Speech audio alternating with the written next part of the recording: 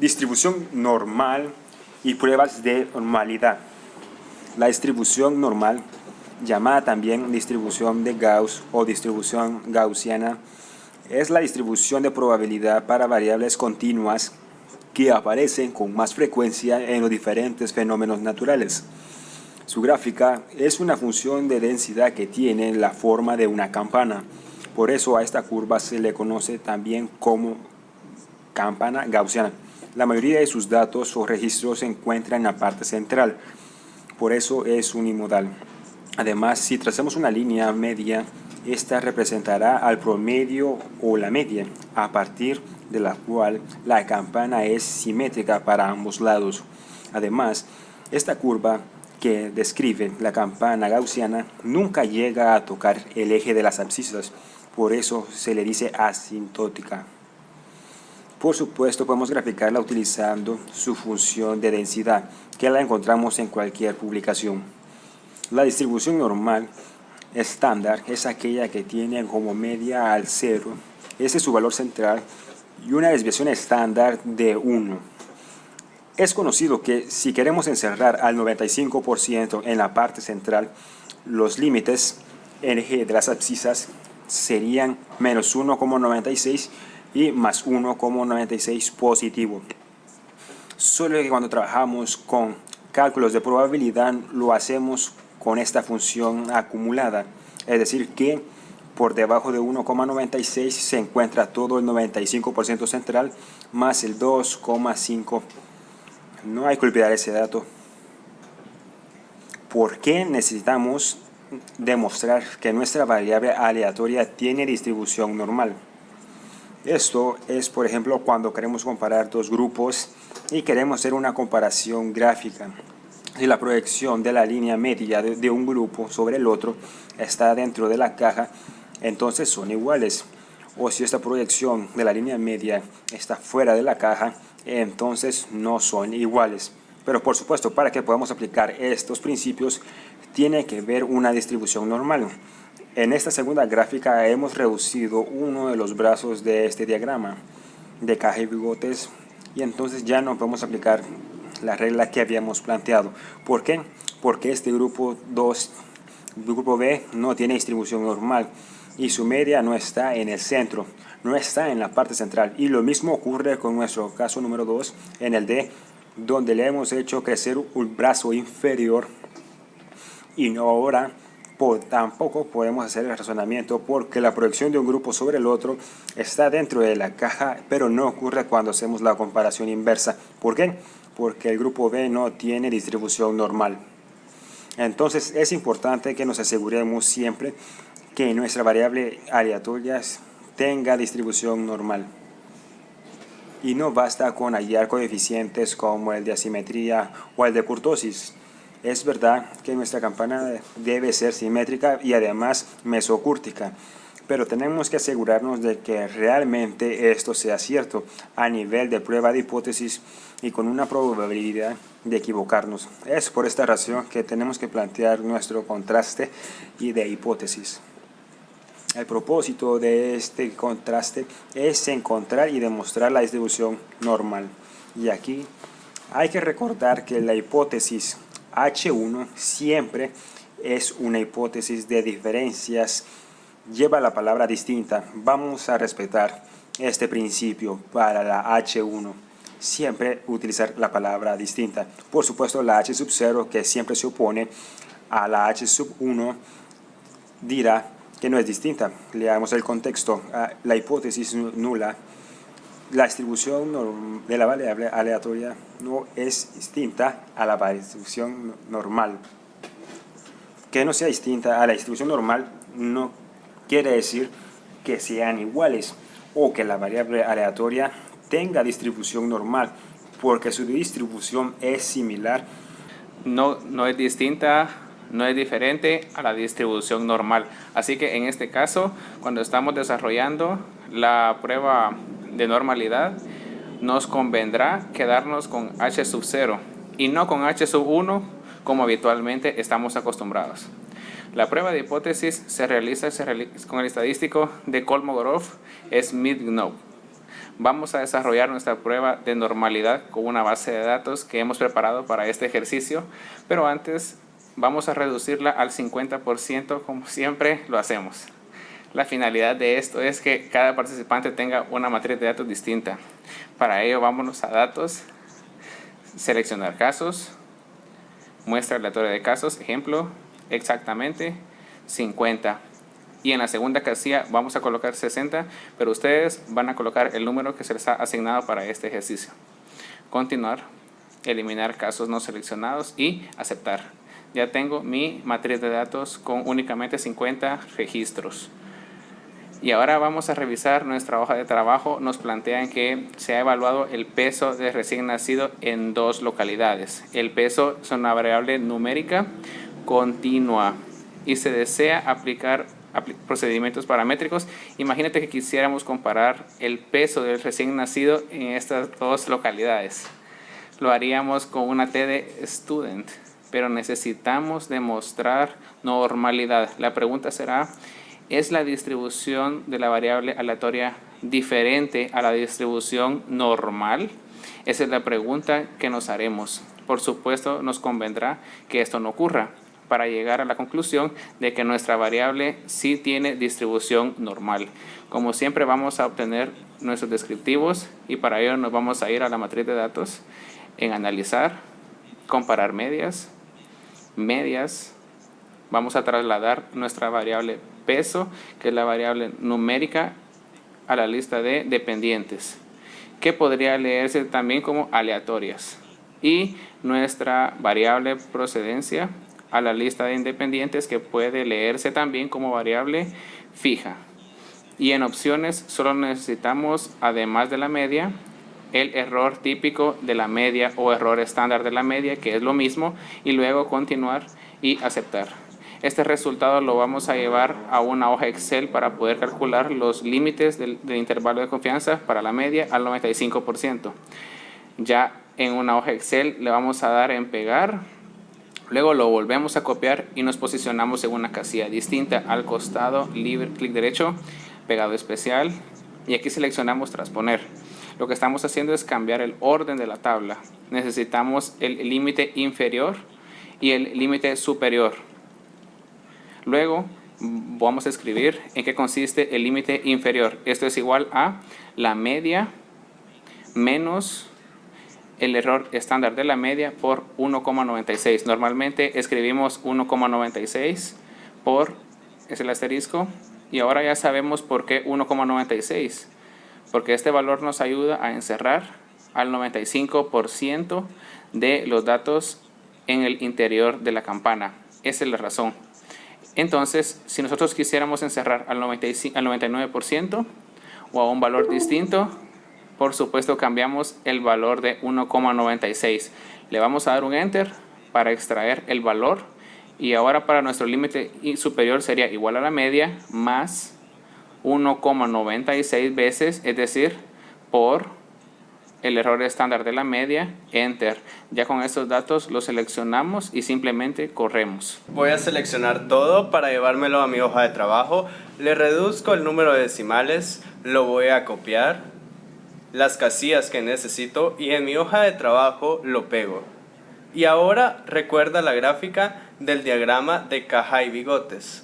Los límites inferiores y superiores son los límites de la caja. Si la línea media de un grupo cae en el interior de la caja, entonces los grupos son iguales, ya sea que compares de un grupo hacia otro o en cualquier orden. En este caso vamos a observar nuestro primer grupo tiene un rango que sí contiene al promedio del otro grupo. Si observamos el otro intervalo, también contiene al promedio del primer grupo. Entonces podríamos llegar a la conclusión de que estos dos grupos son iguales o que no hay diferencia. Esto sin siquiera realizar una prueba de hipótesis. Por eso es tan útil el intervalo de confianza para la media al 95%. Pero también dijimos que para poder hacer este razonamiento, el tamaño de las cajas debiera ser del mismo. Si te fijas en el error estándar, es una medida de variabilidad. No es exactamente el mismo. De hecho, nunca va a ser exactamente el mismo valor. siempre va a haber variación numéricas o diferencias numéricas. Lo importante ahora es saber si estas diferencias son significativas o no, para poder hacer la comparación entre grupos que hemos realizado. Entonces vamos a desarrollar la prueba de normalidad mediante el ritual de la significancia estadística, que ya conocemos. Y ya sabes que la hipótesis nula es de diferencia, por eso aquí vamos a plantear la diferencia entre la variable aleatoria y la distribución normal. Voy a pegar esta frase que me he copiado de la parte de arriba. Y efectivamente dice, es la distribución de la variable aleatoria diferente a la distribución normal. Quitamos la palabra es y completamos nuestra frase. La hipótesis nula siempre es una hipótesis opuesta a la H1. Entonces colocaremos que no es diferente, lo cual significa que son iguales. Pero si no hay diferencia, son en conclusión que sí son iguales. Nota que en este caso lo que nos conviene es quedarnos con h de 0, porque es la que nos indica que nuestra variable sí tiene distribución normal, pero no confundir con h1, porque h1 siempre tiene diferencias en su contenido, siempre dice diferente o distinto. Vamos a establecer un nivel de significancia 5%, que igual en cifras decimales sería 0,05, y la prueba estadística que sería la Kolmogorov-Smirnov. Entonces nos vamos a ir a nuestra matriz de datos, analizar pruebas no paramétricas, cuadros de diálogos antiguos y KS de una muestra. KS significa Kolmogorov-Smirnov. Hacemos un clic en este lugar, vamos a trasladar la variable peso. Y fíjate que podríamos contrastar la distribución de nuestra variable con otros tipos de distribución, no solamente la normal. Por defecto viene la distribución normal, pero podríamos contrastarlo con otros tipos de distribución.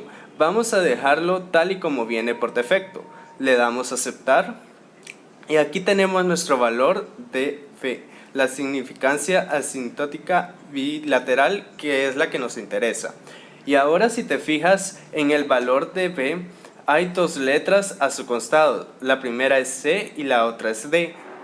En la parte inferior dice C, corrección de significados de Lidl-Force. Esta es una variable de la prueba de Kolmogorov que el programa SPS los muestra por defecto.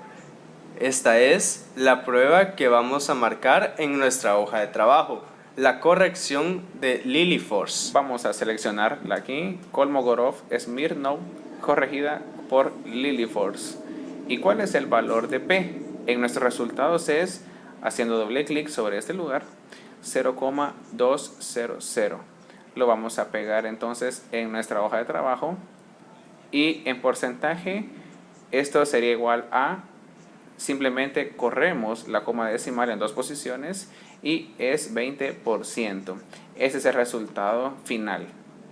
Vamos a darle lectura al p-valor y lo hacemos de la siguiente manera. Como siempre, esto es un ritual con una probabilidad de error del, y aquí notamos el valor de p, que es el porcentaje de error, y luego pegamos la hipótesis H1 y con esto podemos leer lo siguiente: con una probabilidad de error del 20%, la distribución de la variable aleatoria es diferente a la distribución normal. Como vemos, es mucho error como para concluir con la hipótesis H1. Entonces nos vamos a quedar con H0 porque el valor de P está por encima del nivel de significancia, la máxima cantidad de error. Vamos a copiar H sub 0 porque esa es la decisión final. Con esta nos vamos a quedar. La distribución de la variable aleatoria no es diferente a la distribución normal, que podría interpretarse también como es igual a la distribución normal. Y eso es todo. Esa es la forma en que se demuestra normalidad para nuestra distribución con una prueba de hipótesis, y no solamente saber si tiene un coeficiente de asimetría cercano a 0 o un apuntamiento cercano a 0. Así que los coeficientes de asimetría y apuntamiento o kurtosis son solamente descriptivos, no nos ayudan a tomar decisiones acerca de si tiene distribución normal o no tiene distribución normal. Tenemos que realizar una prueba de hipótesis. Otro procedimiento relacionado a la prueba de normalidad es la prueba de Shapiro-Wilk. ¿Qué diferencia hay entre Kolmogorov-Smirnov, Kolmogorov-Smirnov-Lilliefors y Shapiro-Wilks? Vamos a pasar a nuestro software estadístico para ver dónde podemos encontrar la prueba de Shapiro-Wilk. Ahora estamos en el programa SPSS. Vamos a darle a analizar, estadísticos, descriptivos, explorar. Hacemos un clic. Vamos a trasladar nuestra variable peso de recién nacido y en gráficos vamos a seleccionar la opción gráficos con pruebas de normalidad. En realidad lo único que nos interesa aquí son las pruebas de normalidad, pero así es la opción. Continuar y aceptar. Vamos a descender un poco y en la parte inferior tenemos a la prueba de Kolmogorov-Smirnov y la prueba de Shapiro-Wilk. Y ahora vamos a explicar cuándo se utiliza cada una. Kolmogorov-Smirnov se utiliza cuando el tamaño de la muestra es de 50 o más, en este caso es 50. Entonces aplicamos Kolmogorov-Smirnov. Shapiro-Wilk se utiliza cuando el tamaño de la muestra es menor a 50. En este caso, nuestro valor de significancia para Shapiro-Wilk debiera ser similar al de Kolmogorov-Smirnov. Si nos fijamos en Shapiro-Wilk es 0,921. Claro que con este valor también hubiésemos llegado a la misma conclusión de que sí tiene distribución normal. ¿Y por qué Kolmogorov-Smirnov tiene un valor de 0,200? Un valor muy distinto al de Shapiro-Wilk. Porque esta prueba de Kolmogorov-Smirnov está corregida por Lilliefors. Y cuando eso ocurre, entonces el límite para esa significancia es de 0,2. Por lo tanto, nunca vamos a encontrar un valor de P para Kolmogorov-Smirnov corregido por Lilliefors por encima de 0,2. Está ya en su límite. ¿Y por qué Lilliefors habría corregido la prueba de Kolmogorov-Smirnov? Esto es porque cuando trabajamos con muestras pequeñas, es decir, por debajo de 50, Kolmogorov-Smirnov suele ser muy conservador. Le da distribución normal a todo grupo de datos, aun cuando esto no es real. Por eso es que utilizamos la corrección de Lilliefors. Antes de esto teníamos la opción de Shapiro-Wilk. En las versiones anteriores al software SPSS podíamos obtener la prueba de Kolmogorov-Smirnov sin la corrección de Lilliefors cuando nos íbamos por la ruta de analizar pruebas no paramétricas, cuadro de diálogos antiguos y Kolmogorov-Smirnov de una muestra. Pero en las nuevas versiones ya incluso por esa ruta obtenemos también el resultado con la corrección de Lilliefors. El producto del día de hoy es la hoja de trabajo completa y luego le daremos clic en guardar porque este es el producto módulo 5 ejercicio 25.doc. ¿Y qué pasaría si quisiéramos mostrar normalidad en ambos grupos que existen en nuestra matriz de datos? Para ello simplemente vamos a buscar la matriz, nos vamos a datos, segmentar archivo. Aquí vamos a seleccionar la opción procedencia, habilitamos comparar los grupos, trasladamos la procedencia, luego aceptar. Y en la parte inferior aparece dividir por procedencia. La matriz está segmentada. Entonces ya nada tenemos que analizar, estadísticos descriptivos, explorar y ya está seleccionada la variable peso. Ahora le damos en aceptar y los resultados nos mostrarán el valor de las pruebas de normalidad tanto para cada uno de los grupos. La otra opción es retirar esta segmentación. Vamos a datos, segmentar archivo, retiramos la segmentación, aceptar. Vamos a analizar estadísticos descriptivos, explorar y trasladamos la procedencia a lista de factores. Le damos en aceptar y otra vez hemos calculado las pruebas de normalidad.